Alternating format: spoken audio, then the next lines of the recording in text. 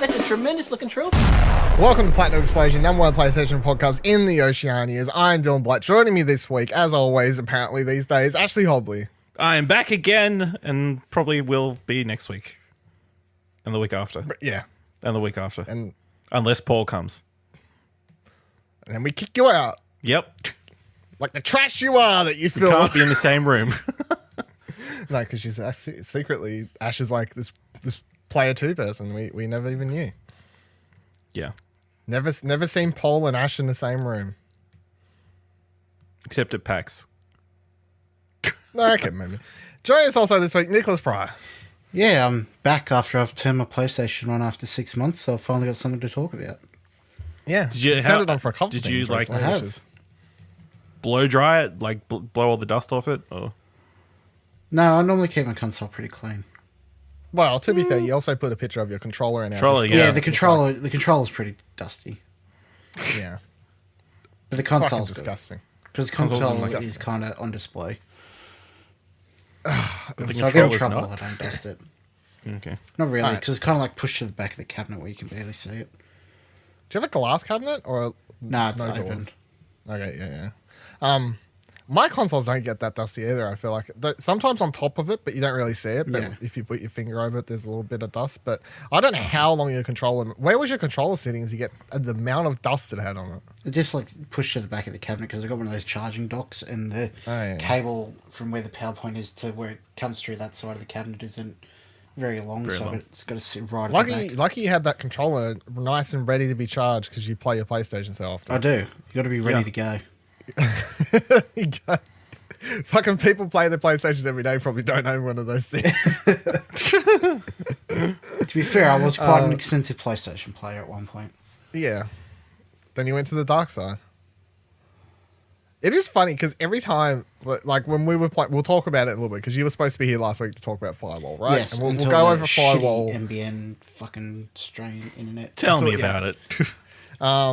So we'll talk about that from your perspective in a second. But the other thing that I found funny was when we was playing Firewall together that a couple weeks ago, and then I was, like went to click on your name to invite you. It's like Nicholas Pryor or whatever, whatever your username, Lord Emperor, I presume is your username. I don't know. No, it's and Aussie then Nick. okay, Aussie _ Nick. Because I can't change my name. Yeah, But I'm not that upset about it. To be It was honest. like level 20. I'm like, oh yeah. Fucking Nick's higher level than nearly everyone else on my friends list at level 20. Hasn't touched his PlayStation in 6 months. There you go. Mm. Dove off. Terrible. I'm a hardcore trophy hunter. Yeah. How many platinums you got now? 1? I don't know. Yeah, over. But I'm planning on getting another one. Are you? Yes. Oh. Is it a little game about web slingers? Walking Dead Season 4. Final season. Yep. No, he's probably I playing played season 1 and I've skipped 2 and 3 and gone straight into 4. Yep. Do it. All right, let's go over again what we talked about. Well, I talked about. I mean, Ash didn't really say it. It was more of me just pitching why people should buy the game last week. Unfortunately, Did it work, this is Ashley? it's not a video show, so you couldn't see me nodding along. yeah. You got to be more Like, Ash, you audible with pumped? your nodding. You want to get VR after this first-person shooter game that you love so much? Oh, no. But Yeah, I'm happy you're having fun. All right, Nick. Nick, take the stage. I did it last week. Tell everyone why Firewall 0 Hour is the killer app. Because it's really good.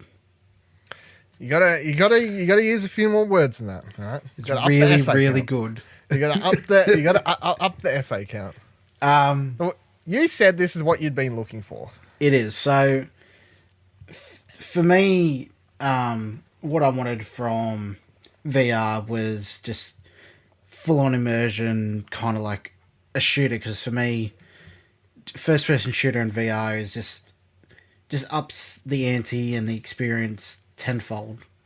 It is. There's no comparison between what Firewall is and other games sort of like it is to a regular first-person shooter like Call of Duty. Like, just it's hard to explain without doing it, but just being fully immersed in it and looking around and not knowing where anything's coming from and having the situational awareness that you don't have Like, you can be looking one way and have your gun pointing the other way and covering all different corners, and it's just crazy, really. Like, I've never experienced anything like it. The other thing I would say that's grown on me since in the past week since I last talked about it is that even without the VR aspect, I don't feel like it would be as an amazing game, obviously, because it's a very minimum. Oh yes, like, there's only one game very mode. bare bones for what it compared to other shooters.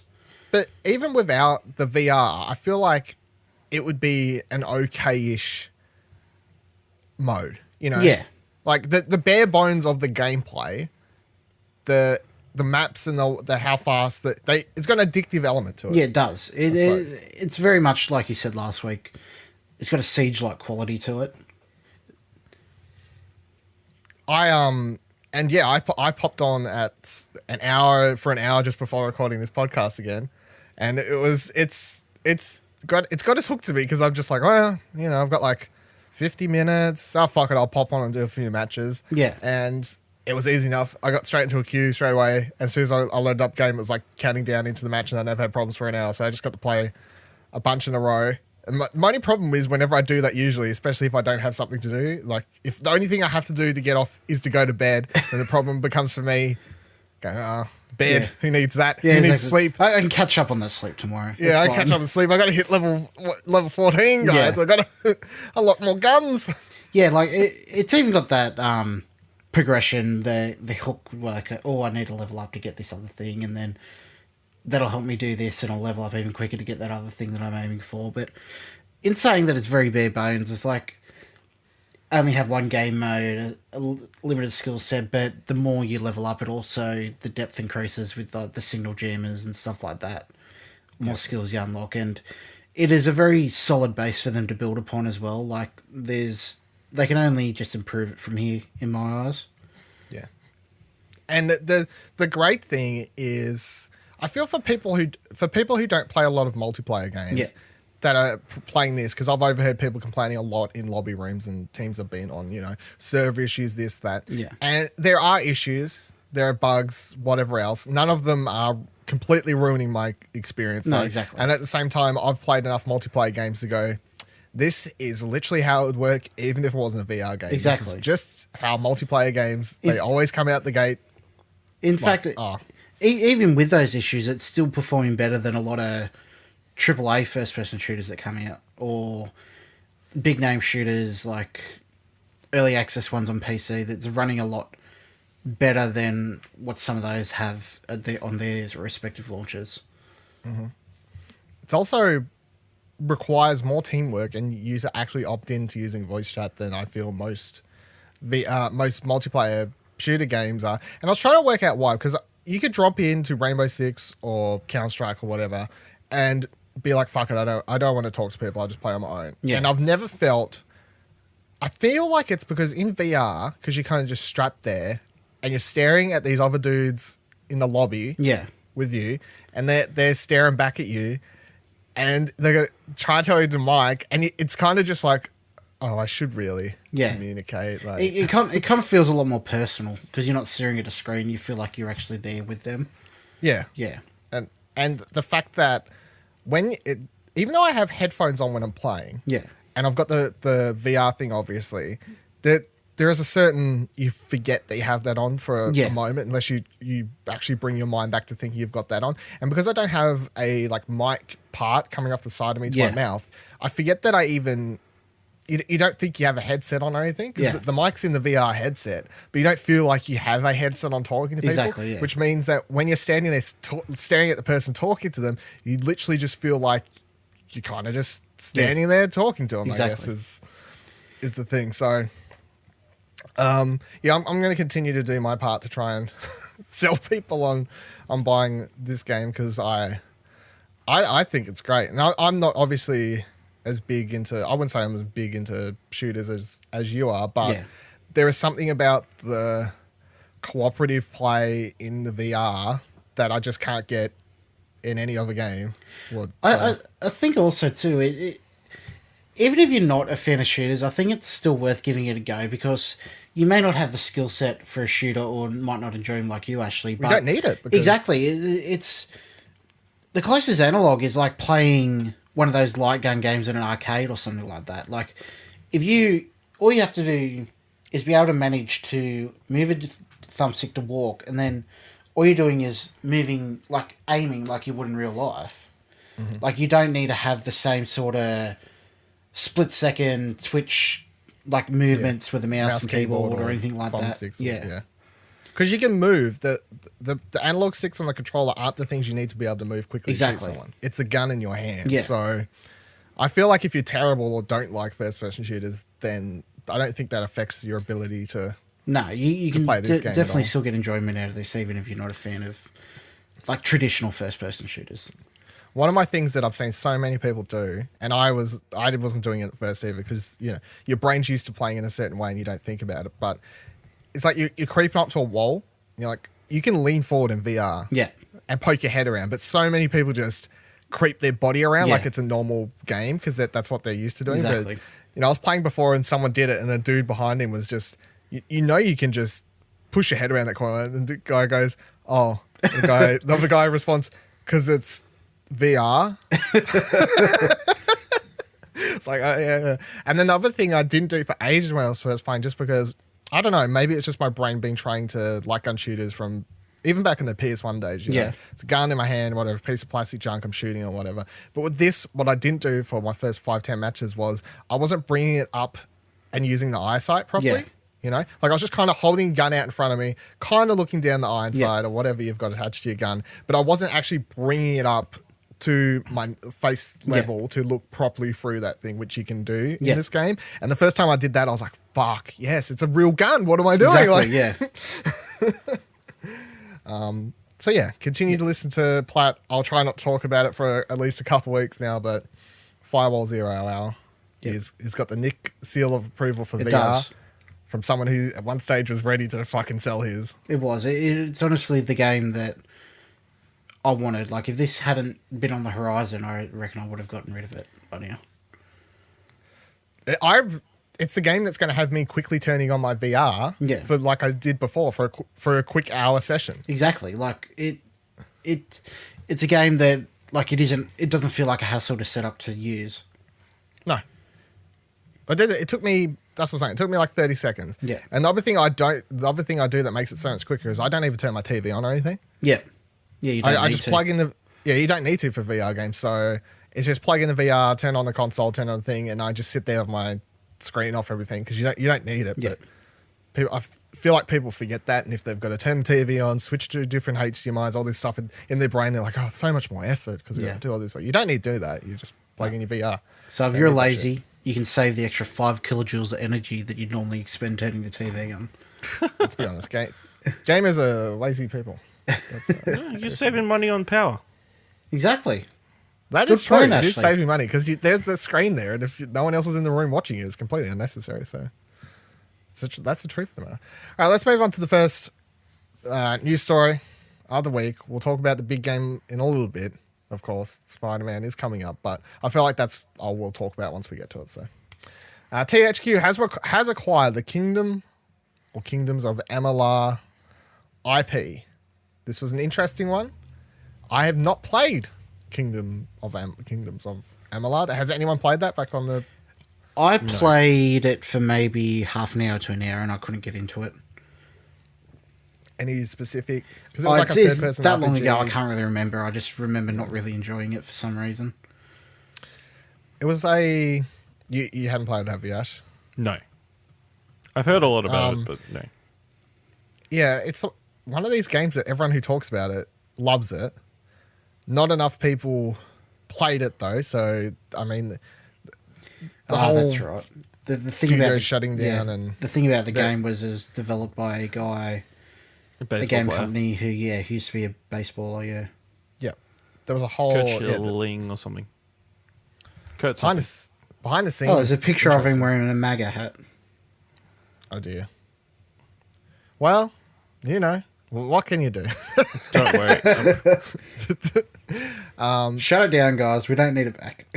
I think that even as someone who's not super excited about this news per se, because I haven't played the game, it does excite me on the level that I feel THQ Nordic is just bringing back that AA to a like that AA feeling.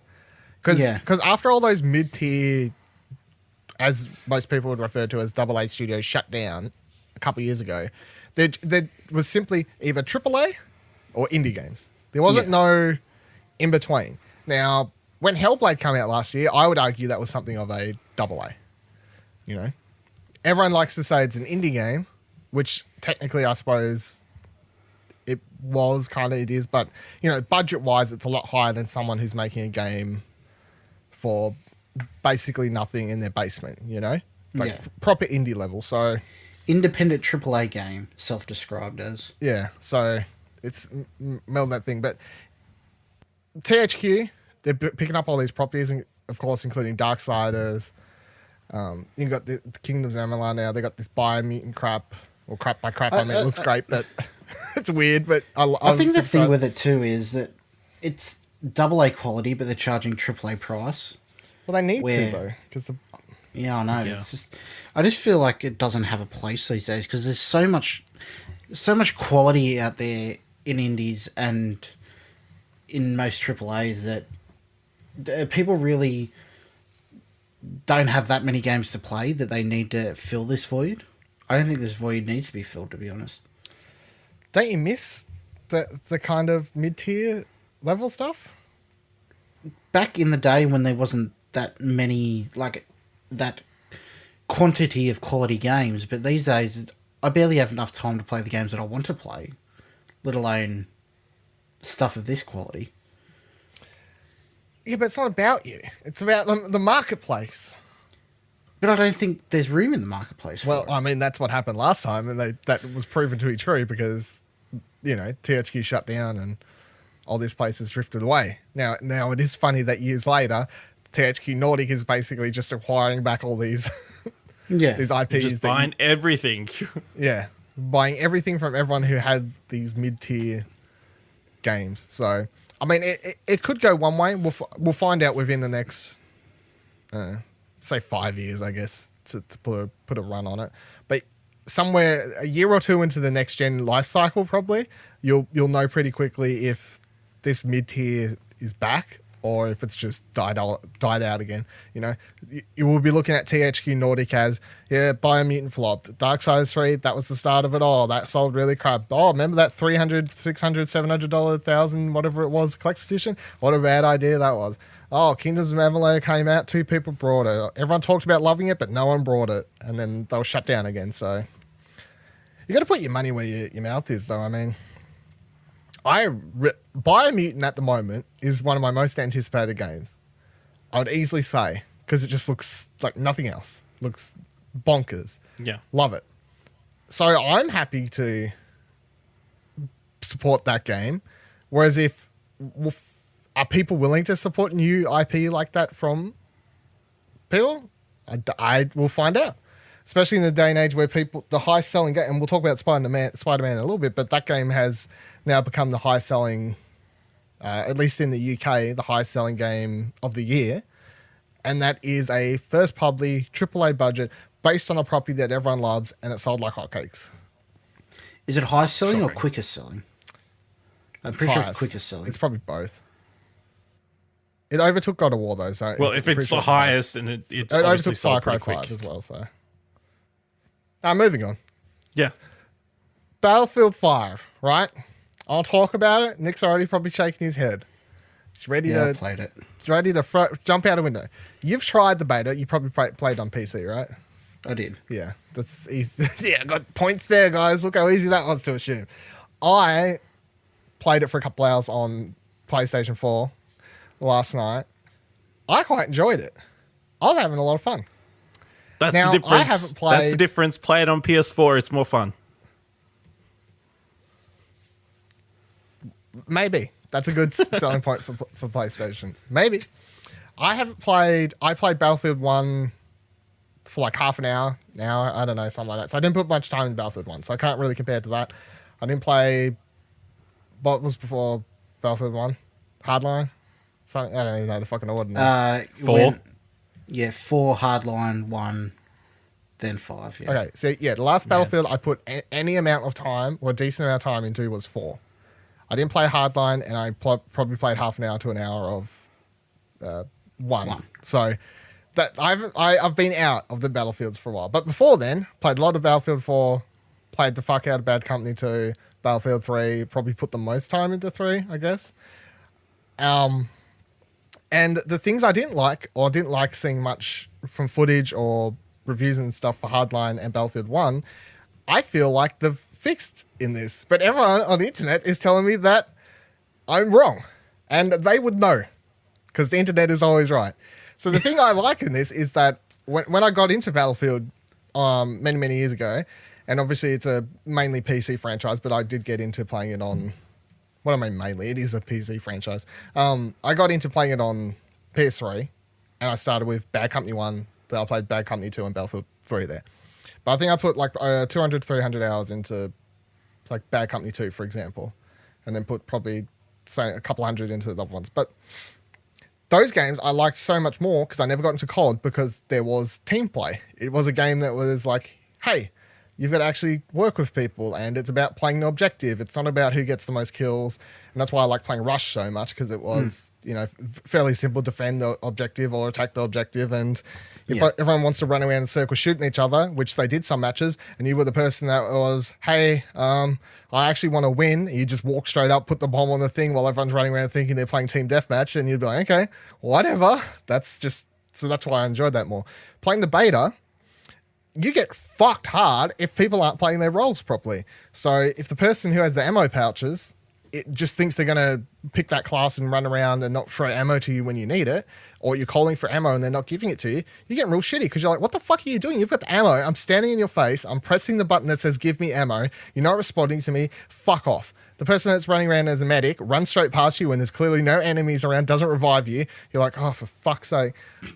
So I was getting annoyed at these parts, but at the same time, it was making me happy because I felt like, yes, there is a heavy... You do need to actually work with your team, because I ran out of ammo all the time. I don't know if they're going to up that ammo count by the time the proper release comes out of, but I reckon I went through 3-4 rounds from spawning and then was out, which I don't feel like is that much. Yeah, it gives you 2 magazines total, so 1 in the gun and 1 extra.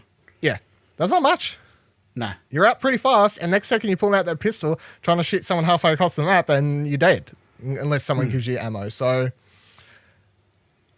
other than that, the other thing I really enjoyed, and this is just main Battlefield things, but because I hadn't played a Battlefield for a long time, headphones on, I'm running through that map, just going, no one does sound design as good as DICE, as far as I'm concerned. No one gets this sound design as good as DICE. Shit's exploding left, right, center. Every weapon sounds great. Something fucking exploded next to me and nearly made me jump out of my chair because I didn't see this plane coming out of nowhere. This plane flew over the top ahead of me. It's like, playing this Battlefield game, even in beta, with the right set of headphones, I was just like, this is the shit. This is the shit. You don't get this sound design anywhere else. Can't be this good. Looks great. Gunplay's great. All the guns were great to me. They all handled differently well.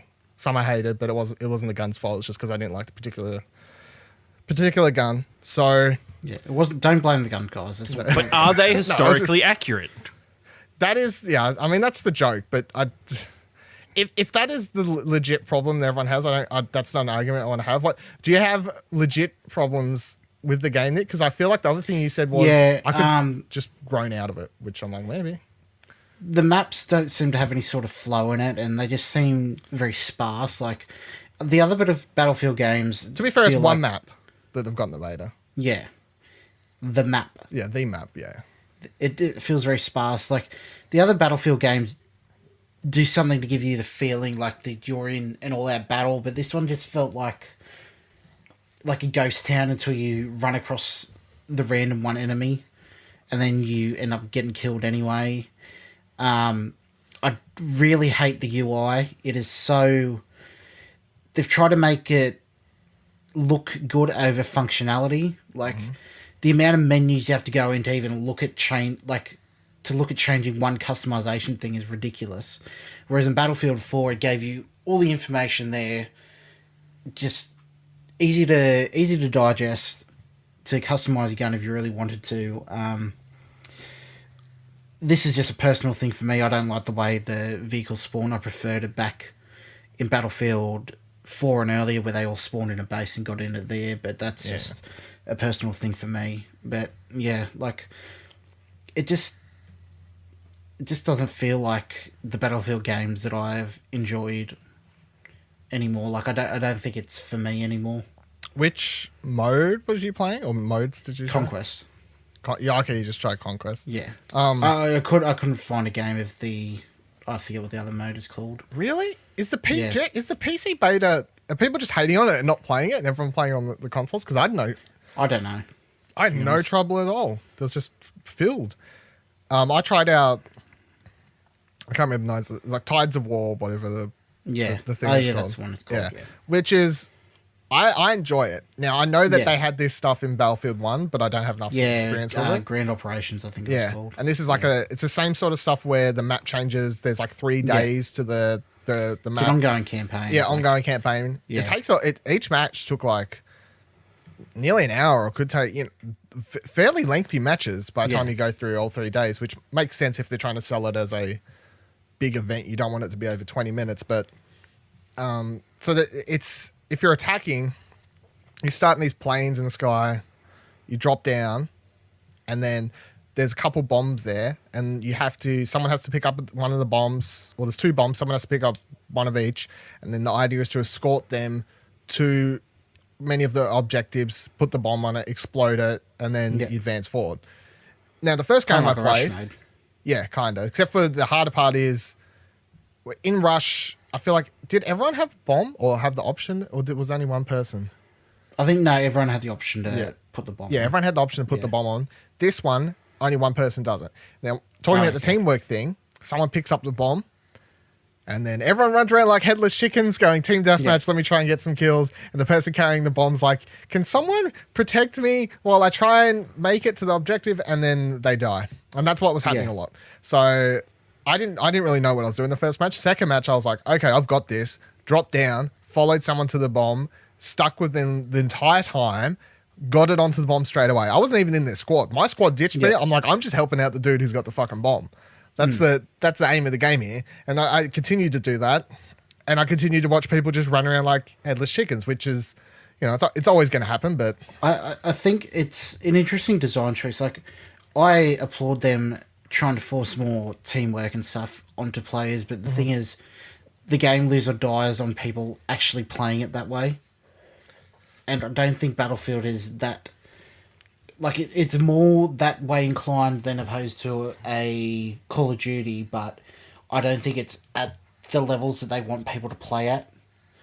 Like, I don't think it's the next step above. Yeah.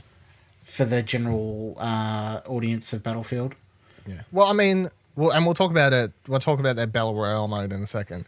But they're trying to come out the gate with a lot of choices, You've got this Battle Royale mode. Here's a bunch of modes that are more team-based, objective-based. Here's a co-op mode. Here's your team deathmatch, all that usual shit. And here's a single player. Yeah. Now, I'm not saying that everything EA and DICE is doing is great, because I agree with you on some of the stuff. The UI is shit, some of this other stuff. But to me, I'm playing a beta, whatever. I'm like, they can surely UI fix bringing that menu into the menu, but while you're waiting to respawn. In my mind is, I'm not a developer, obviously.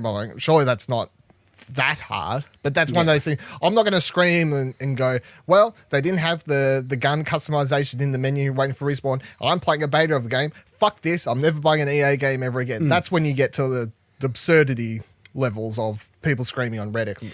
I think a lot of people don't have any faith in DICE actually changing any legitimate complaints because of the amount of noise that they're receiving about all the other shit. And like, with the marketing, or I forget the guy who said it, like, if you don't like it, don't buy it.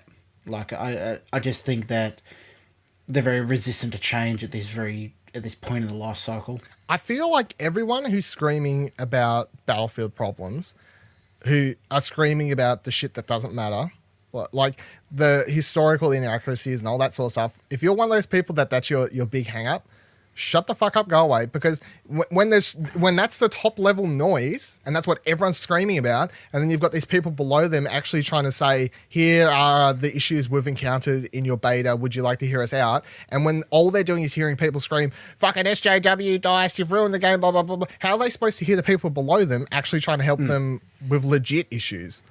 Yeah. And that's the problem. Everyone wants to scream about outrage culture and all this nonsense, but the people who usually say that are the ones screaming at the developer about nonsense, not letting them hear legit problems.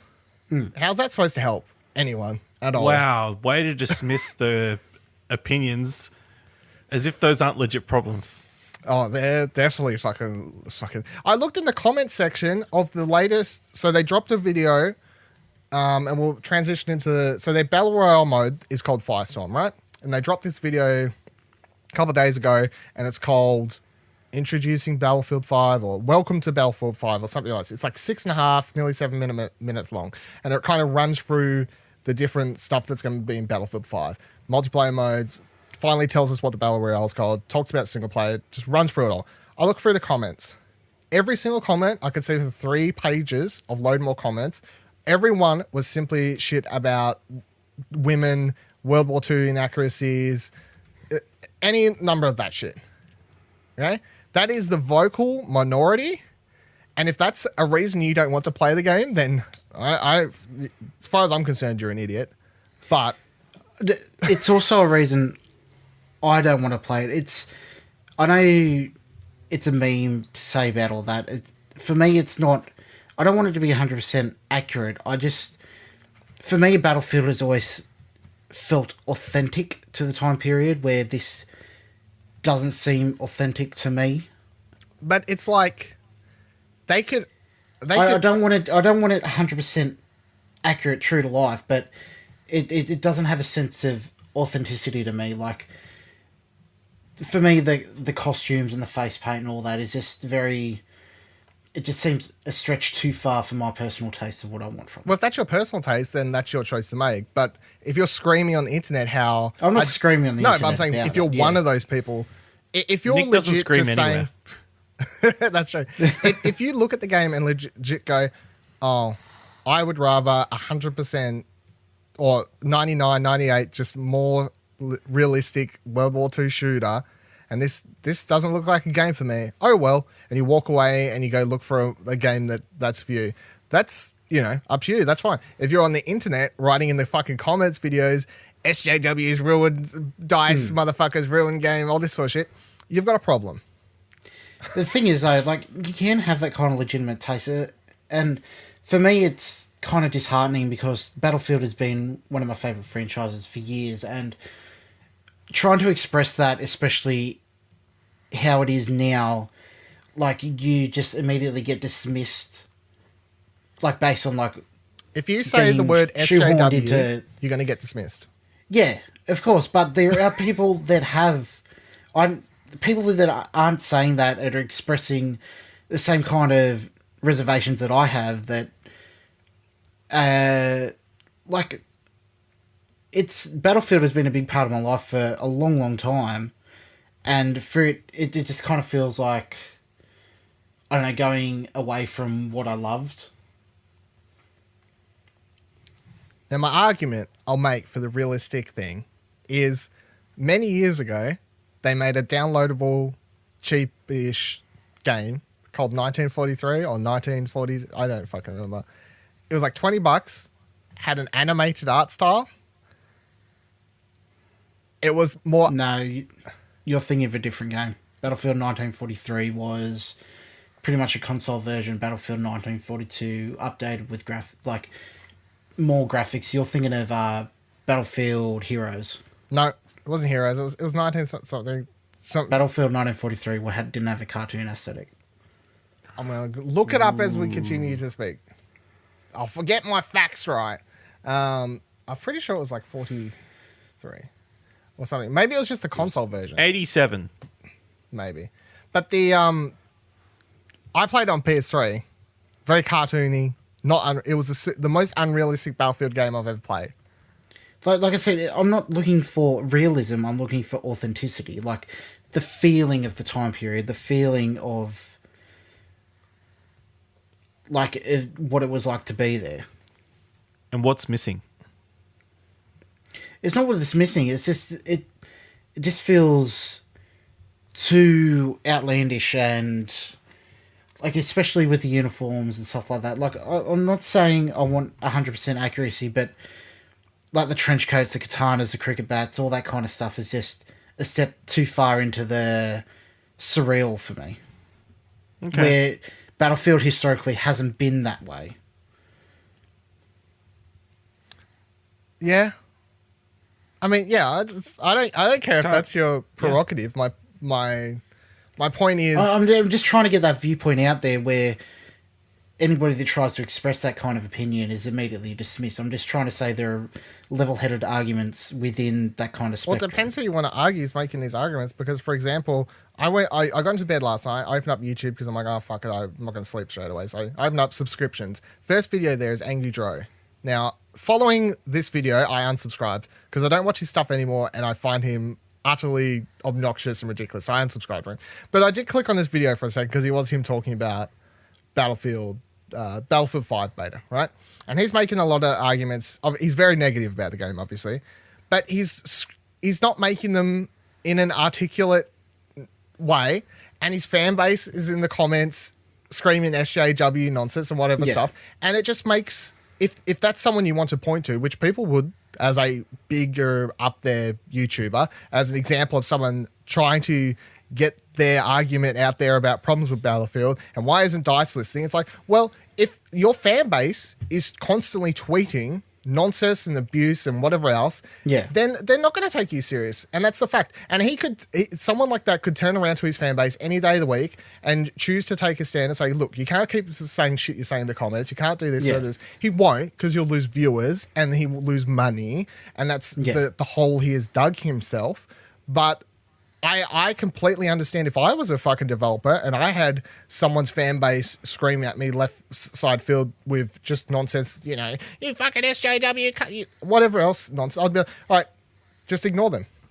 Just completely fucking ignore them. That's nonsense. Yeah. So... Oh, yeah, no, I 100% agree with you that a lot of it is absolutely ridiculous and just right-wing nuts carrying on for no reason, but I'm just... trying to express a viewpoint that there is also a legitimate concern. I would say it boils down to, yes, that the DICE and the Battlefield franchise that you played growing up, that they decided that they want to take stuff in another direction, and as a developer they're completely allowed to. Oh, of course they are. And if you don't support it, and if you're someone out there who prefers the more realistic stuff, then it is a simple matter of speaking with your wallet. That's what it boils down 100%. to. Yeah. And when whoever that guy, the head of DICE or EA, whoever the fuck it was, said that thing, if you don't like it, don't buy it, which everyone flipped their fucking lid over, even though I was like, I mean, this is entirely rational thought. I was like, really, if you want to show him, you shouldn't be screaming in his Twitter mentions. You just go, yeah, all right, I will. I won't buy your game. That's how you prove your point. You don't scream at people on Twitter. You go, okay, dude, I won't buy your fucking game then. You've done these things. But half these people complaining will probably still buy the fucking game and probably still complain about it week after week of they'll be uploading 20-minute gameplay videos every single day of the week going, fuck this, DICE run this, and I'll be going, you don't know how to do anything, just don't buy the game. What are you doing? But for me personally, it kind of looks fun. Now, to quickly cover it, so, all right, the one thing I can 100% agree with everyone on the nonsense side is their marketing for this game is atrocious. It is the worst. And we've seen this from E3 down to now, where we were going, what are they doing? Like, what was that trailer? Was that even a trailer? And they showed that real weird thing at the EA conference, and then something else at, what was it, PlayStation? Yeah, then they didn't explain anything about the game, and then it relied on YouTubers that got to play the game to explain it to the fan base. Yeah. Which I don't understand how they could drop the ball so much from the absolute hype train that was Battlefield 1 to whatever the fuck they've done now. Literally no marketing, basically. Exactly. It's absolutely dog's balls. That's one thing I can't argue with. Their marketing is just nonsense. The fact that originally the game was going to be coming out a lot sooner. Obviously, it's got delayed now, but thank God for that as well, because I don't think it was anywhere near ready. The couple months will help fix up a bunch of these problems. And if enough people complain about the HUD issues and the UI issues, then 2 months is enough time to fix that, you'd think. So, but they finally announced a name for their Battle Royale mode. It's called Firestorm. It's going to be 16 Is there a squads. Firestorm? Is that what this? The thing is gonna be a indeed fire? It is indeed a fire. Oh, they might have got me. No, I don't think it has. no. So it's going to be 16 squads of 64 players. People are already complaining, of course, because it's not 100. But as far as I'm concerned, I'll wait to see if it, if it feels big enough, if it's the combination of if it's got the structurability of the Battlefield games that we know and whatever else, then 64. Do we know whatever. the play count of the Call of Duty one? 100. It is 100. It is 100. Okay. That's why everyone's screaming, going, "Oh, Call of Duty's got 100." Blah blah blah blah. And I'm like, I get it. I understand what your point of view. 100 compared to 64. Yes, 64 is less. But can we wait until I've played both Firestorm and what the fuck is the Call of Duty one? Blackout. Can we wait until? Or was that the name? Fuck, I can't remember. Yeah, can we wait until we've played both the Battle Royale modes and then say at least compare them? Like instead of just judging them off the amount of people that are going to be on the fucking map, because. As we're saying, we're just talking about Firewall 0 hour before. That's 4v4. I'm not screaming going, or 8v8 would be 100 times better. It's fine. So player count isn't everything. So It would be though. yeah, well, fuck, it will be. You're 100% right. Bigger numbers are always better. What do you reckon about a? And this is down to the marketing again. They haven't showed any gameplay video of this. Nothing. Done fuck all to promote it. They showed 5 seconds of nothingness in the video for this, and all they've done is give a couple details out about it.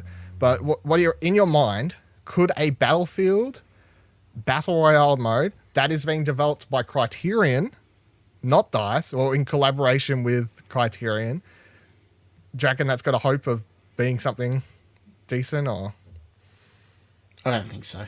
No. Oh, I think it has a chance of being decent, but I don't think it has a chance of winning in the marketplace as a Battle Royale. Well, I already think they we'll briefly talk. Oh, it is Blackout, by the way. I just saw. So the Blackout one, Call of Duty, which until I saw the trailer, I gave zero fucks about. Now, if this is my reaction to the Call of Duty Blackout trailer, it's going to be at least a lot of other people's similar reactions, because I gave zero fucks about this Call of Duty game, zero fucks about the Blackout mode.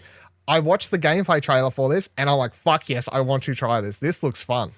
This looks like a lot of fun. And I don't play Call of Duty, but as a fun Battle Royale game that I could potentially play with Hughes and whoever else, I was going, this looks good. This looks like a lot of fun. Now, this is where Battlefield kind of already loses in my mind, because I've got gameplay trailer, a really cool, get you pumped, amped gameplay trailer for COD Blackout. I've watched that. I've said, fuck yes, let me try that beta. Firestorm just got the name announced.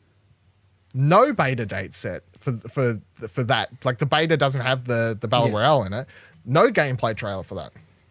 They've already lost. I think. As far as I think also it's already losing too, because Battlefield as a franchise doesn't have the same kind of audience as the audience that would play Battle Royale. a Fortnite, which also kind of has a cross section with the Call of Duty and the name recognition of what Call of Duty would have. I believe that. Yeah, different audience. You know, it is. And I think Battlefield is that all out, or attempt to be that all out warfare, that everything going on at once, that I don't think a Battle Royale would feel that different as opposed to the regular game modes either. Like Conquest or something. Yeah, exactly. They said that the map for Firestorm. I'm getting all these fucking fires, all these damn fires everywhere. The map for Firestorm is apparently the biggest map in Battlefield history, which is like, okay, that makes sense if you're going to do a Battle Royale mode. Cool. Yeah, because they're adding all vehicles and tanks and shit to it. Yeah. So on that level, it sounds cool, but when it comes down to it, is it just going to feel like a really big conquest where the map gets smaller by a fire coming in? Is that simply what it's going to feel like? So moment-to-moment gameplay in that is going to be, here's an objective. They pop up on the map. You as your squad could then go fight for the objective to, I don't know, get better weapons, etc. Because, of course, you spawn with 0 weapons, blah, blah, blah, blah. So that's how it's going to be. Random objectives will pop up on the map. Everyone goes, fights for them. Fire moves in, etc., etc., etc. But at the same time, that's just going to, in my mind, it's like, okay, so it's conquest, map size, with vehicles and everything, with smaller objective-based stuff from the other modes. So it's just all the modes with a fire around it. Exactly, yeah. It's, I don't know. No. And without gameplay... It seems like a waste of resources. They should have doubled down on what they're good at. Yeah, I would have... At this stage, I'm just like, are you behind on the game and are other things in the game losing attention because you spent time over in this Battle Royale space? I believe so. I wouldn't put it past them. And I mean, the Call of Duty one, in the gameplay, they've got cars, they've got helicopters, they've got shit. Yeah. At one stage, some motherfucker like slides under a door, there's a helicopter floating off to the side, they're shooting at him, he rocket launches that shit and then takes off with his friends. I'm like, that shit looks cool. Someone's on a... I'm going to watch this trailer now. And I mean, for me, as I said, someone who doesn't play or care for Call of Duty games, to watch this and just go, that looks fun, especially if you're laughing and having a great time, which, of course, Battle Royale games, as far as I'm concerned, from, you know, playing PUBG and stuff, a lot more fun when you're playing with people than playing solo. That's not the way I want to go about it. And I can just see playing this game, it just looks fun. It doesn't look serious. It looks fun. They got fucking hang gliders and shit at one stage. People under the water shooting each other. I mean, yeah. As far as I'm concerned, on the Battle Royale front, Battlefield's just lost simply by marketing, and that's a big part of selling your game, of course, marketing. So I mean, that's like 70-80% of fucking selling it at this stage. I'm hoping we should hopefully check out the Call of Duty Blackout within the coming week, because it starts 3 a.m. this morning. If you're listening to this the day it released, it started 3 a.m. That's for PlayStation 4 only, and then that ends September 15th. And there's an Xbox One and PC or whatever into there. So hopefully we'll have some thoughts and stuff next week for that. But will we play Battlefield by then? No, because they haven't fucking said anything about it. So, oh dear. Well, it's an interesting year for the whole Battlefield versus COD, though, I'd say, for the first time in a long time. Yeah, I'm like, okay, they've dropped the ball hardcore. Got a bit of an interesting fight on our hands. All right, let's talk about Spider-Man. Finally, Ash was like, "Oh, thank God, get away from the first-person shooter." So they're adding a first-person mode to Let me Spider-Man. talk about my boy Peter Parker, my favorite guy. So we're going to talk about Spider-Man. We're not going to really talk about the story at all, because I feel like it's basically impossible to talk about to talk about the story without spoilers, because 30 minutes in, there's stuff they haven't revealed in the trailer. And if you've played it, you know what I'm talking about. And I feel like most people listening to this would have played it, but at the same time, just in case of dodging spoilers, won't really touch on story. I finished it.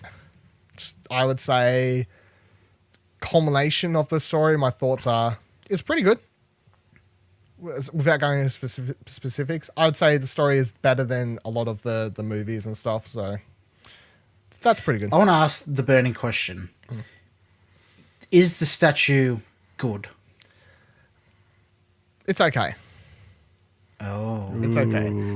If you haven't been following along, of course, we've talked several times about the Spider-Man collector's statue was a big spoiler, and they kept it hidden and said, don't open this, don't look at this until you've completed the game, which I did, because I was a good boy. I know some people, Paul James, player too, looked at it without completing the game. I would say you could open it without completing the game and have 0 spoilers. I don't know why they hid it behind anything. I feel like if you've watched the trailers, or if you watched the E3 gameplay demo, that statue ain't got shit on you. You know? Would you have bought it knowing what it looks like now? Yeah, probably.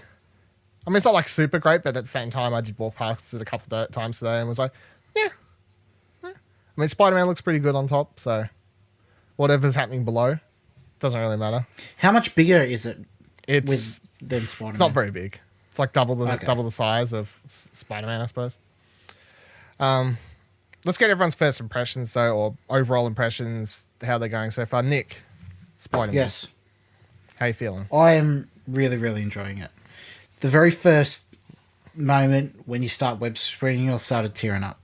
Oh, the first 10 minutes of that game, I forgot to tweet, but there was a moment where when I played that, I was going to tweet out that if you did not smile, crack a huge fucking smile or something within the first 10 minutes of that game, you have no soul. Because the moment you first start swinging and with the music and everything, it's just like... The music when you start swinging is just so epic. It's just... Yeah. Like, Spider-Man being my favourite superhero and has been, like, since I was a young kid, is just great to finally be in control of a Spider-Man game. For the first game that I've played of a Spider-Man game that has just felt what I imagined it'd be like to be Spider-Man. It's just... Yeah, it's just up there for me. I really love it. Yep. Ash? Yeah, I'm having a great time playing it. I really want to power through the story because I'm loving that story. It feels like it's heavily inspired by the more like probably more recent comics, probably like the last decade or so, than probably a lot of the stuff prior. So, and that's what I've read. So I'm like, oh yeah, that character looks like the current design, that sort of stuff. Yeah. And also the fact that it's like the first kind of Spider-Man game like that I've played also felt legitimate as in connected to the rest of the Marvel universe. Like there's Avengers Tower, Doctor Strange, the Sanctorum, whatever it's called, and Wakandan Embassy and all that kind of stuff. Just it feels like it's legitimately part of, I guess, like an MCU type thing where it's all connected. Although, whereas previously I've played like Spider-Man 3 on PS3 and it just, I don't know, it's just whatever that was. Although to be fair, they're nowhere to be seen when shit hits the fan, so it did. No, well there was a comment. There was a comment saying that they're on the West Coast at the moment or something like that. Yeah, when you get to the top of Avengers Tower, none of this is spoilers because it's in the fucking trailer. When you get to the top of, well, the tower is seen in the trailer. So yeah, when you get to the top of it, he says, "Yeah, I wonder where they're at." Oh, they're apparently off on the west side these days, or something like that. So, see, all that was. I didn't know that was part of the game because apart from the E3 videos, I just went media blackout on it. So a lot of it was a surprise to me that it was in there. Oh, really? Yeah. I feel like it would be more exciting seeing Avengers Tower for the first time without knowing any spoilers. But at the same time, if that's something you want to get upset about seeing on Twitter or something like that, if that's the level of spoiler free you want to go, you shouldn't be listening to podcasts. You shouldn't be going on Twitter. Oh no, 100%. Yeah, there's a level. That was a personal choice in my life. Like I didn't care.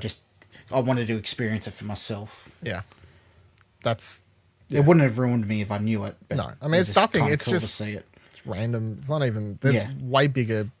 There's bigger character surprises that as someone who watched the trailers that I skipped the last trailer and a character shows up that apparently was in that trailer that I didn't know. So that's why I was like, oh, okay, that's exciting. I didn't know this person was in it. So, I mean, I won't say who it is, but simply because even though apparently they are in a trailer, simply because I was like, oh, that's a nice one to have show up.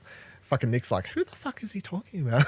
Yeah, I don't know. Yeah, I'll say I will say after the recording because I could say it now and then bleep it. However, no. That's work. That's so much work. I'll tell you what I particularly love is that J. Jonah Jameson's got a podcast. Yeah, it's great. And he basically sounds like Alex Jones in the Spider-Man universe. Just constantly... It does, though. He just sounds like fucking Alex Jones in the Spider-Man universe. He's yelling nonsense, absolutely crazy stuff. The fact he's like, come here for the truth. We only got nothing... Oh, a little less crazy. Well, there's some stage where... So this is a cool feature. If you change your suits in the game, he will comment on the different suits you wear and stuff. So there's like one part, I didn't see this one. I saw someone share this on Twitter. I don't know, I can't remember who shared it, but someone shared a video where they put on one of the costumes and then Jay Jonah was saying, he's got this costume, he's running around, blah, blah, blah, blah, all this. And he's like, but maybe my theory is it's a completely different Spider-Man. It's not the one that I know. What if there's two of them now? I need to take a rest. Oh my God, please, I need to calm down. It's So the J. Jonah stuff is that's great. There isn't a lot of suits that I've unlocked so far that I particularly like the look of. I haven't been wearing anything except the white normal spider one. Yeah, suit. I finished the game in the normal suit. I'm not a fan of the white one, to be honest. I just finished it like that because I'm like, that's the game. That is the game's canon suit. Well, I mean, technically, because you can change suits and Jonah comments on them, they're all canon. But I'm used to playing games like this, as we talked about, I don't know, like the other day when we had a meeting, I was talking to Ash and Kieran about, like Batman games, if you change suit, yes, they show up in the cutscenes and all that, but no character's like, hey, cool new suit. And then all of a sudden it's like, oh, okay, so the suit's part of the world. Whereas Spider-Man, the suit changes actually do feel part of the world. One of them, or a couple of them, you actually get unlocked in-game, like through missions and stuff like that. So that makes him feel it make more sense when he changes the suit. I'll talk about the suits in a minute, a little bit more, because I want to talk about the spoiler aspect that people have been going on about, because the photo mode and stuff, which I think is an interesting argument. But the other thing I like about this game is, I remember when Arkham came out, everyone who had never read Batman comics was saying, oh, really love the Batman Arkham Asylum game, never really got into Batman as a character, suddenly I want to go out and read Batman comics.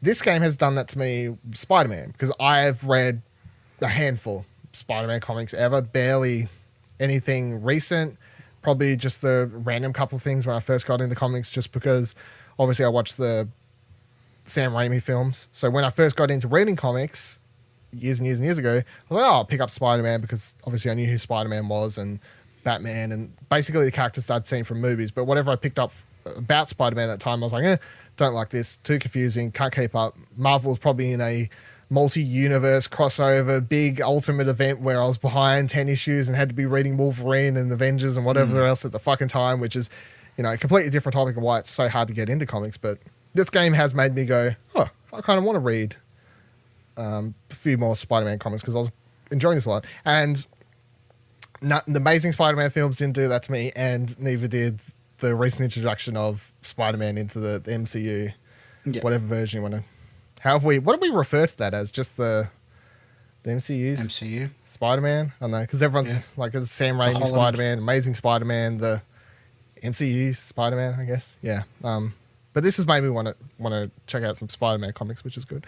How do we feel about the combat? Because I've seen people say that it's too hard for them to wrap. I've seen a lot of people actually say that they're struggling to wrap their head around the combat. And I've seen a lot of people say it's too button mashy simplistic. I think it's serviceable. I don't think it's a standout combat system, but I also don't think it's particularly awful either. Yeah. Ash? Yeah, I get killed a lot. But unless I'm trying to do, like, if you come across a crime scene, you got to do a particular couple of things. Other than that, I just spam spider drones and the spider bro ability, and it just pretty much takes everyone down for me. Yeah, that sounds like you. I don't think it's anywhere near as good as... I mean, the comparison, and I feel like you're allowed to make it, because the only of a really good superhero game we have are obviously the Arkham games, I feel. Everyone's comparing this to Spider-Man 2. I'm just comparing it to Arkham games constantly because that's my go-to superhero. Well, it's hard not to. Franchise. It's pretty similar. Very similar. Yeah. I feel like this game also has a very similar mission structure, and the world, I don't know. This game, the one thing this game has going better than Batman is the swinging feels better than flying the around gliding, as Batman. Yeah. I think that I've said it before, but I think Batman worked better as a Metroidvania, like a Arkham Asylum, as opposed to the open world. Arkham Knight, until this game, I would say had my favorite, like free flowing flight. I don't know what you call this, but flying around the corner in the car, double tapping the button to launch myself out of it, flying up into the air, holding a button, diving under a bunch of things, then pulling back up and going a million miles into the air.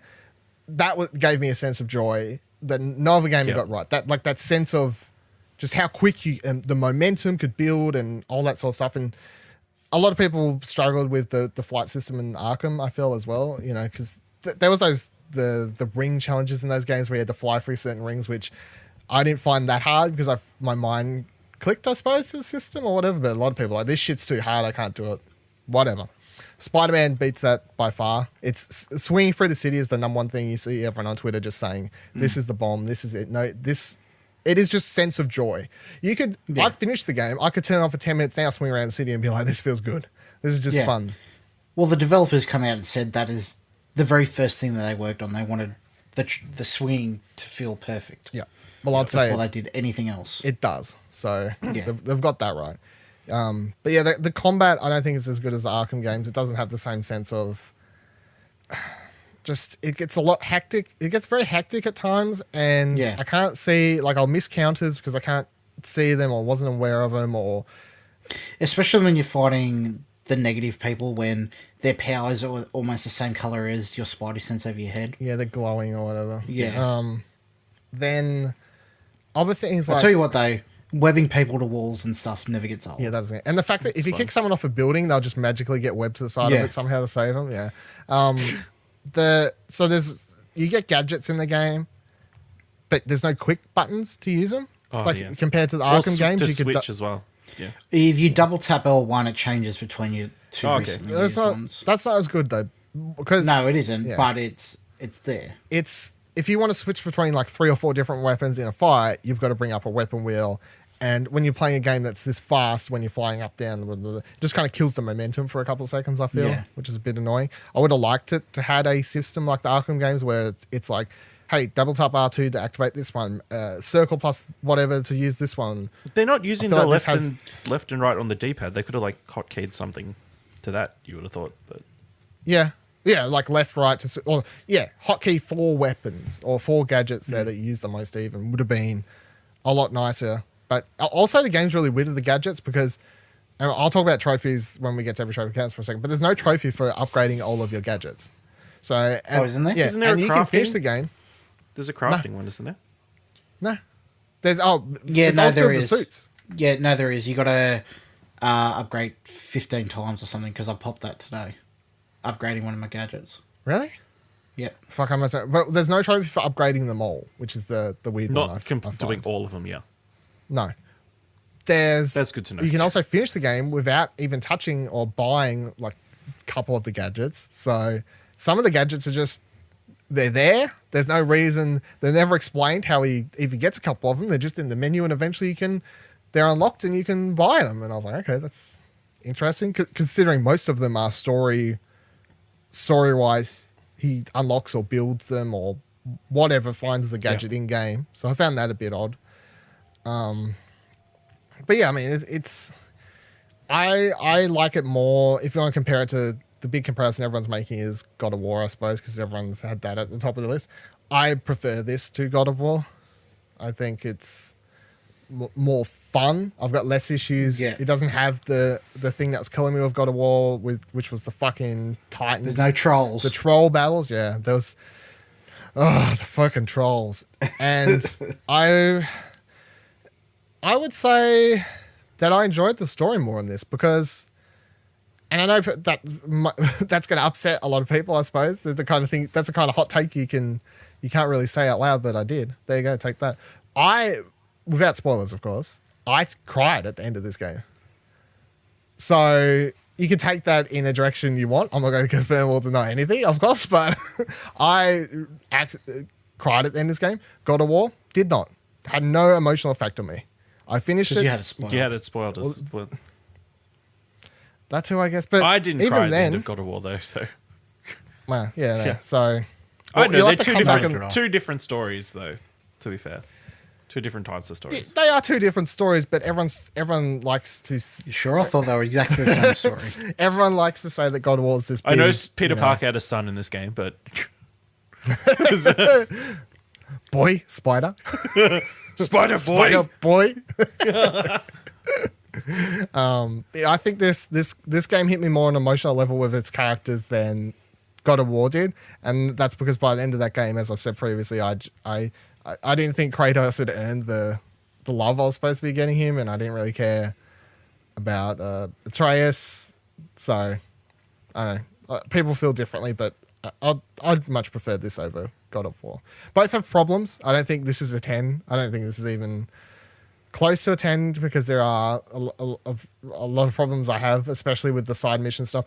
Outside of the main mission stuff, the open worldy aspect of it just feels paint by numbers to a degree. There's not quite as many collectibles as you'd see in a game like this. However, none of the side missions are super interesting. It doesn't have like everyone jumps to The Witcher 3, side missions that matter. This doesn't really have side missions that matter.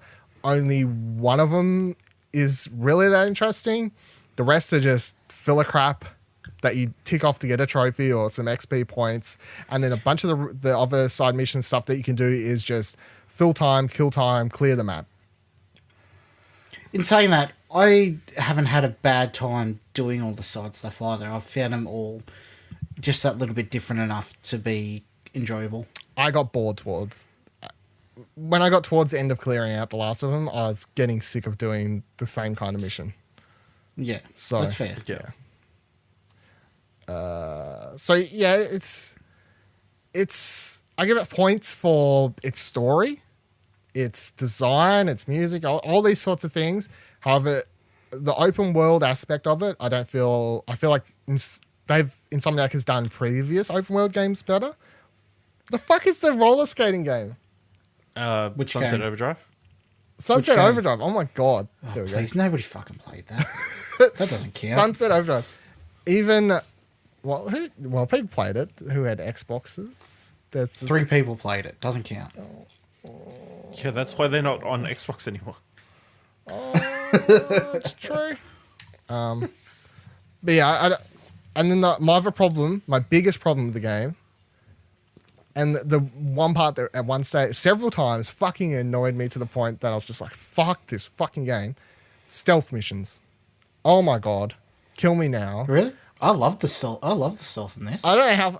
I'm not just talking, and I won't go into specifics because I don't know if it's a spoiler to say all the characters, but I'm not just talking stealth missions as Spider-Man, which I find atrocious because and I can't help but compare it to Batman, but there is just so many times where it just doesn't work. It just does not work as well. You can't like crouch, sneak, you don't know what you're doing.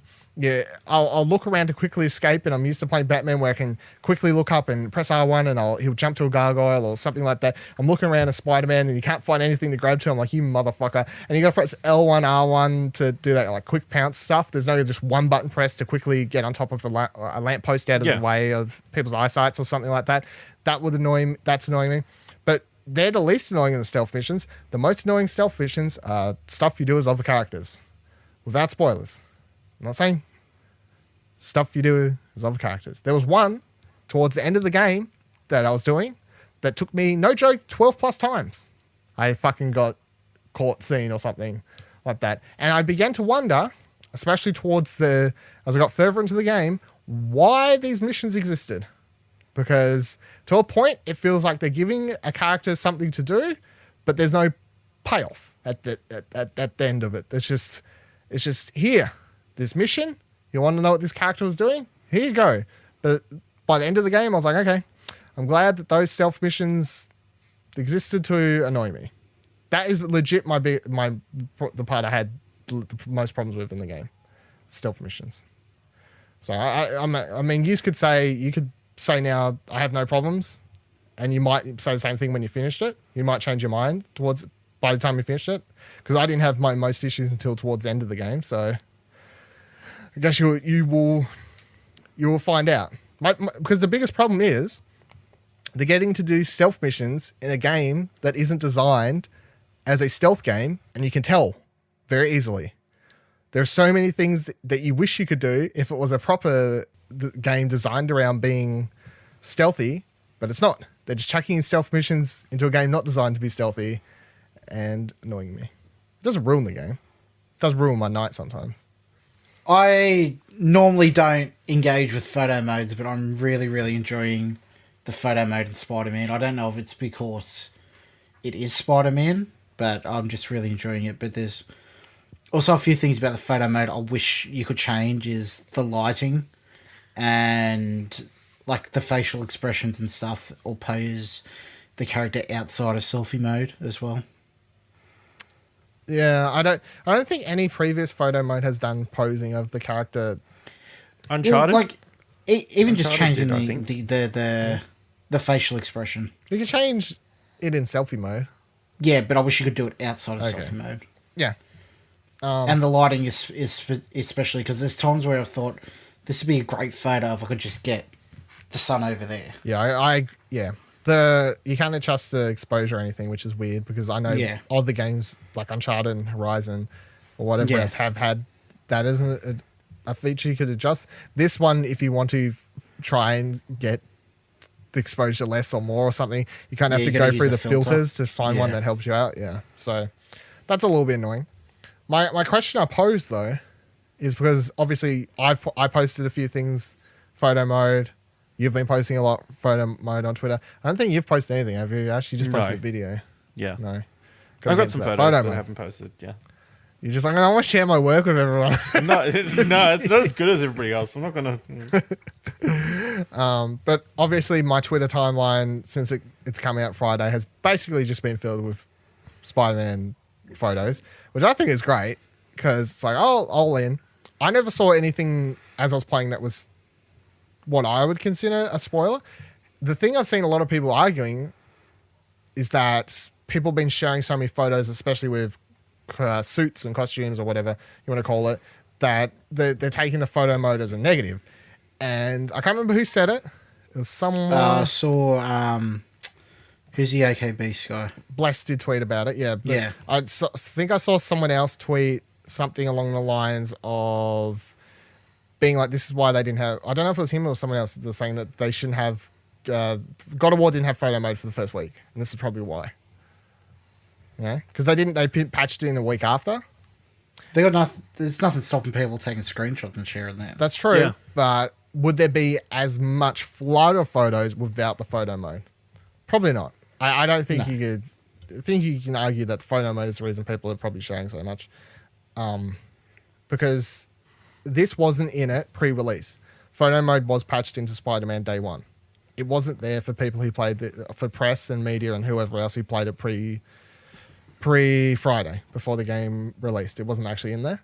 So they did decide to put it in that day one patch, which is interesting. I don't know if they held it. They decided to put it out day one, or maybe they were deciding that they might put it out a week later. But how do you feel about the idea of this influx of photo mode and stuff just adding to spoilers, specifically about the suits and stuff? I mean, if someone's going to share a direct spoiler photo, they're just probably going to do it either way. But specifically about the suits, how do you feel about that? Do you get... I saw a couple of pictures that I wished I hadn't seen before unlocking it myself, but then again, on the same note, it hasn't really ruined my experience of it either. Mm-hmm. It's the same thing with the cameo, like the Avengers Tower and stuff. Like, it would have been cool to experience on my own, but it hasn't ruined my day knowing it's there. Yeah. Were you, Ash? Yeah, I'm not too concerned. Oh no, that suit that was in the comics ages ago was in the game. What a terrible surprise. Yeah. This, and I mean, I feel like I'm fairly strict on spoilers usually, but for stuff like this is where I just go, look, if you're that worried about spoilers, get off the internet. Yeah. Get off the internet. Mute I lean on PS4 that share. side of the argument. Or something. Yeah, mute Spider-Man, mute the word PS4 share. Do that shit there. Because, yeah, if people want to share...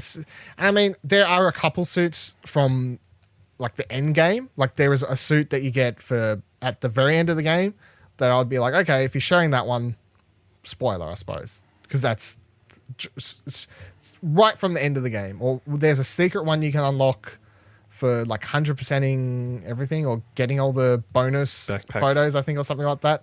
I'm like, okay, maybe. But all the rest of the suits that are just whatever. It's like Noir Spider-Man and all this other stuff. I suppose I know.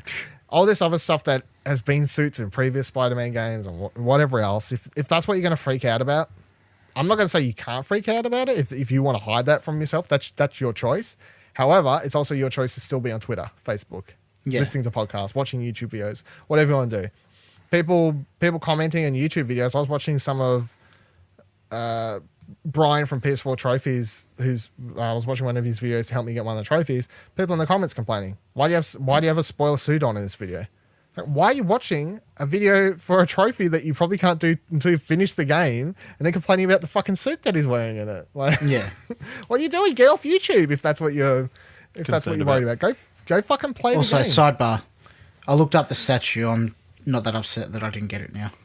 Yeah, no, it's fine. I'm not like fuck Yeah. yes. I'm so happy that I got this one of the however many people in the world. But I'm not also. Oh, I'm sad I actually got this. I'm just in the middle. It's a statue. It's fine. It's not bad. It's not great. It's just it's okay. 7 out of 10. Too much stuff. Water. Below Spider-Man. Yeah, I don't think it's a very good design, personally. It looks better in real life because you can, without going into spoilers, you can look closer at what's down there and kind of move it around in your hand and stuff, if that makes sense. Nice. But yeah, the photo mode thing is, I think it's been great for promotion for the game, and I've seen like people sharing these really great shots and pointing out really funny things, all different angles of the city, the different suits makes all the different photos look different, even if someone's kind of taking a similar one. Selfie mode makes for some hilarious photos that people have been sharing. But yeah, the spoilers, just get off the internet if that's what you got to worry about. All right. Oh, the other thing I was going to shout out that before I move on quickly is that they confirmed, and I was thinking about this. I don't know if anyone else picked this up. If you're listing or playing the game and Spider-Man's running along a wall, for instance, he'll be shouting what he's saying, kind of like, "Hey, mate, I'm going to come." But if you're standing still, it's just like, "Oh, no problem, mate. I'll be around. I'll pop around soon." And that's because they did record like all the dialogue twice and did different effects to it and stuff, so that if you are running along a wall or in the middle of a battle, he sounds more exerted, busy. He's in the middle of a fight compared to having the same exact voice call standing on a wall doing absolutely nothing, which I think is a great addition to the game. Do you reckon you Adds a got lot twice to the it. fee? It's great. You got paid twice because you had to do everything twice? Probably. I don't know. The voiceover people still don't have a union, do they? No, I think you just got paid for the extra hours. Probably, yeah. That's true. I don't think you had double the contract. Yeah, it's awesome thing to add, but if no one pointed it out to me, I wouldn't have noticed. Oh, really? Yeah. You might have clicked to it eventually by the time you played it. Because I didn't realize it until probably I was where you're up to now at some stage. When I was running, it happened. I realized it when I was running along a wall doing something. And he was like, "No, I'll be there soon." And my brain just suddenly, did they record this? Surely, because there's no way that they know every player will be doing what I'm doing right now when that calls out. Yeah. So I didn't even click onto it then. And then it was only like a day or two later when I saw the news story, I suppose, or went up last night when I saw it, something. All right. Let's head towards wrapping up show. Every trophy counts. The only thing I want to talk about this week is Spider-Man Platinum, which I did get already. Quite fast, some would say. Impressive. Not as fast as others. I couldn't get on that top PSN list because it was filled by people who had the game a week early. Fucking hell. Oh, the outrage. I literally saw a forum on PlayStation trophies or PSN profile of people saying, "These fucking media people are ruining my life. I can't get onto the top 50 list no matter because they've already got the platinum." And I'm like, I mean, I was annoyed, but I wasn't outraged. It's just, It didn't ruin not- your I life. guess it is. yeah. If you care about that kind of thing, you are kind of at a disadvantage. You are, but it's not. It's an issue to such a small amount of people that it's not really an issue. It's not that big of a deal. What do you get for being in the first 50? It's not. You don't actually get Prestige. anything. It's not, Ego on boost. a random fucking website that only hardcore trophy collectors go and look at. So I don't think Notoriety. it's a real issue. Yeah, I wish I was more notorious. And so are you both going for the platinum? Are you going to go for it, Ash? Yes, Probably. I'm actually going to go for it. My first legitimate platinum. Okay. Now, my one tip, because it is a fairly easy platinum. It's a bit time consuming towards the end, but other than that, it is fairly straightforward. Beat the game, do all the side missions, etc., tick all the boxes, find all the backpacks. That's all fine. A couple missed ones, like Avengers Tower, standing on top, perching on top, that's trophy. A couple random things like that. The one thing that you can fuck up hard is that there is, of course, the trophy for buying all the costumes. If you use all your upgrade materials, or majority of them, upgrading your gadgets, you'll get to a point where the only way you can buy all the costumes is by 3-starring every challenge thing in the game. That becomes hard. Really hard. I only 2-starred all of the challenge things. Now, you unlock these about halfway through the game. These are the actual combat challenge things. I don't know if you've all got them yet. I'm not sure. I haven't got them yet. Okay. They pop up. And they suck. There's like, they do suck. There's like 2 or 3 stealth ones. So it's quickly, stealthily take it. Think like Batman Arkham combat challenge maps. Great. It's these. So it's stealth ones, combat ones. There's one where you got to chase a drone through the city and then like eventually take it down. Like the circle thing you were talking about before. Yeah, from Batman. These combat things remind me directly of Azrael from Arkham Knight. And if you can't see the how similar it is, you didn't play Arkham Knight. That's how similar it is. But so if you want to make it so you don't fuck yourself out of the platinum or giving up on it because you're like, fuck this, I can't 3-star these things, just don't upgrade your gadgets. So to make it easier, when I found this out that this could be potentially a problem, I had 2 gadgets fully upgraded, or 4 out of 5. So just don't do any ones with the challenge that use up the challenge resource. There's challenge resources, because that's the one point where I could see people saying, "Fuck, I'm 1 trophy off, but I need to get 3 stars on this fucking drone thing that I can't do fast enough." Oh, the other one is bombs, so you got to quickly run to. Oh man. There was like one that's right next to the water, and I kept like overshooting this platform. Yep. And then it blew up in my face.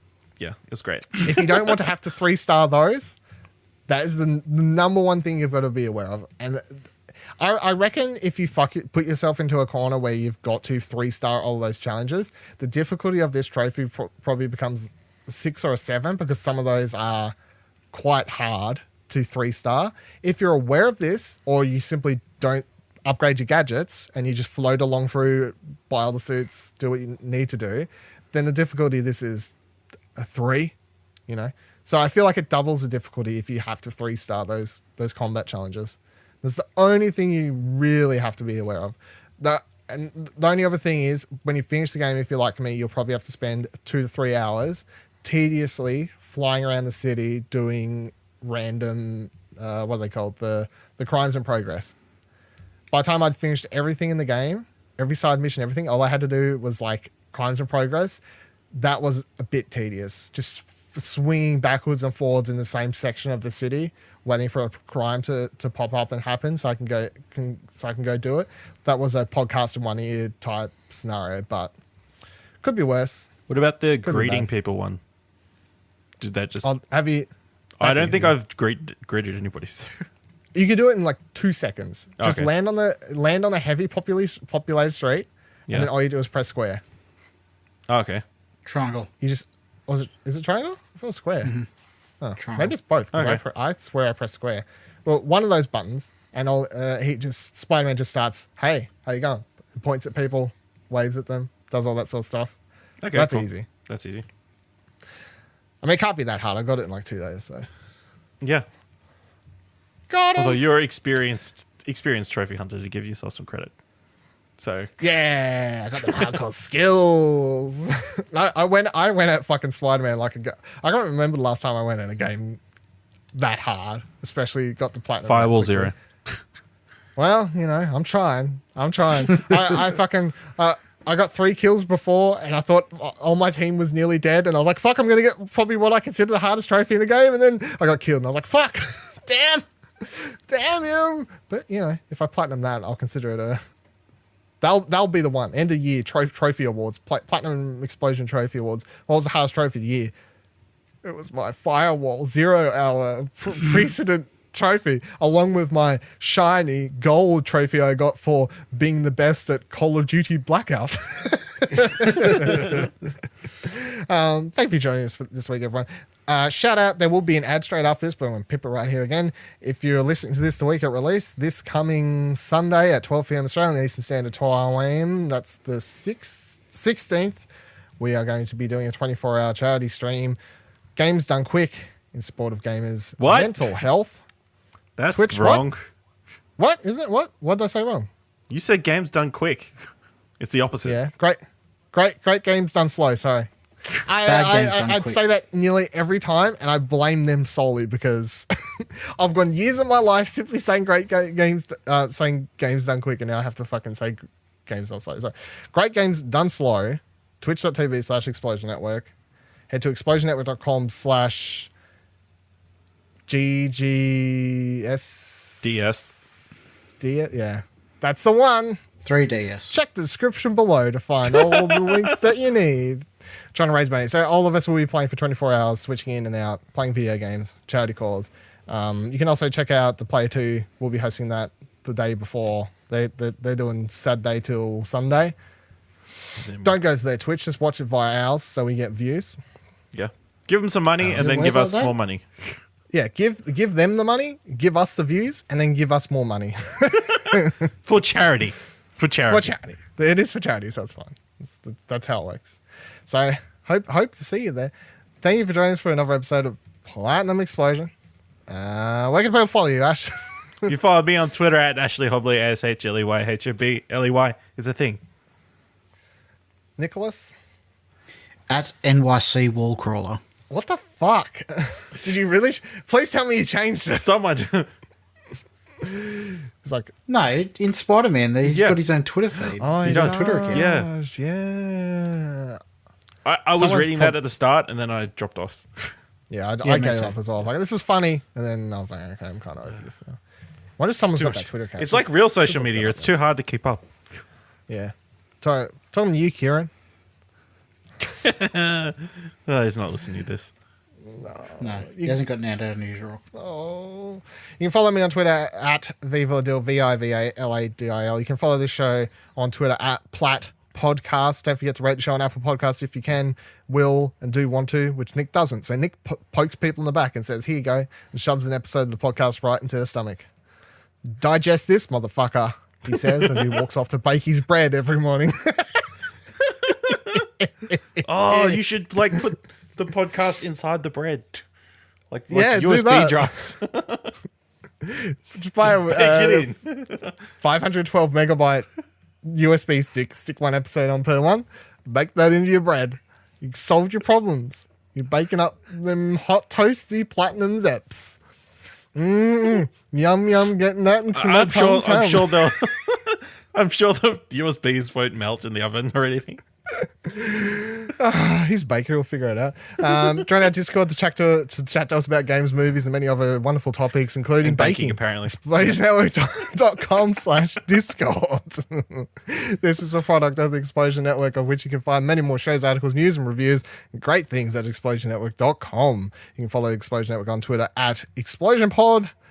And until next week, I hope you have a great merry time making some muffins and hot cherry bread types. So you got the USB sticks in there, you found that, you picked that up from the Worms, you got an episode of the show. Yeah, have a great time. Hey everyone, on the 16th of September at 12 p.m. Australian Eastern Standard Time, the Explosion Network will be taking part in Great Games Done Slow in support of gamers' mental health. We're trying to raise $400 total for the event over a 24-hour period in which all of us will be taking turns, playing together, a bunch of games, doing them slow, doing them peacefully, bit of mindfulness for you. Would appreciate it if you could drop a couple more bucks, all the bucks. It'd be great. It's going to a great cause. Head on over to explosionnetwork.com/GGDS. That's explosionnetwork.com/GGDS. Great Games Done Slow. Find out all the details there. Donation link is at the bottom. Thank you. Welcome to the #1 PlayStation podcast in the Oceanias. I'm your host, Dylan Blight. With me today is Ashley Hobley. Hey, Dylan, how you going? And Nicholas Pryor. That's a good impression.